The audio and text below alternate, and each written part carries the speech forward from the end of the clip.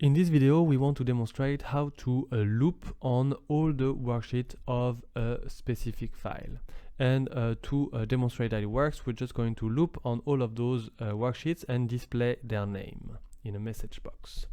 So to do so, we're going to use mainly two variables. One is called current file as workbook, and one as ws_sheet for any kind of worksheet. So the first thing we're going to do is identify the current file. So we're going to say set current file equals ActiveWorkbook. So far so good. And then we're going to loop on all the worksheets. To do so, we're going to say for I equals 1, 2, and then that's when we're going to use the variable current file .worksheets.count. So this allows us to know how many worksheets we have in this file. And so we're going to go from 1 to however much we have in this file.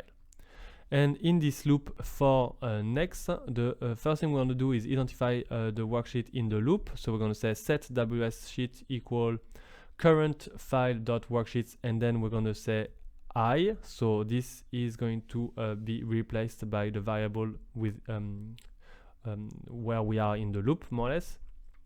And then we're going to display the name of this worksheet. So we're going to say the current worksheet in position, and then that's when we're going to use the variable I, so we know if it's the position 1, 2, 3, 4, 5, whatever, has the following name, and then we're going to display the name by using the variable ws_sheet.name, and that should be it. So I'm just going to launch the macro, and then we can see the current worksheet in position 1 has the following name sheet 1, so far so good.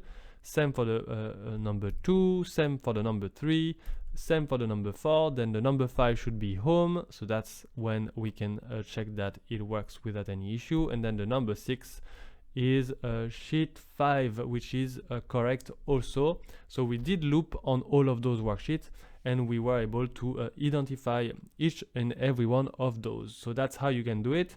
And of course, once you identify the worksheet in the loop, here you can actually add any code that you may want to actually run on all those individual worksheets.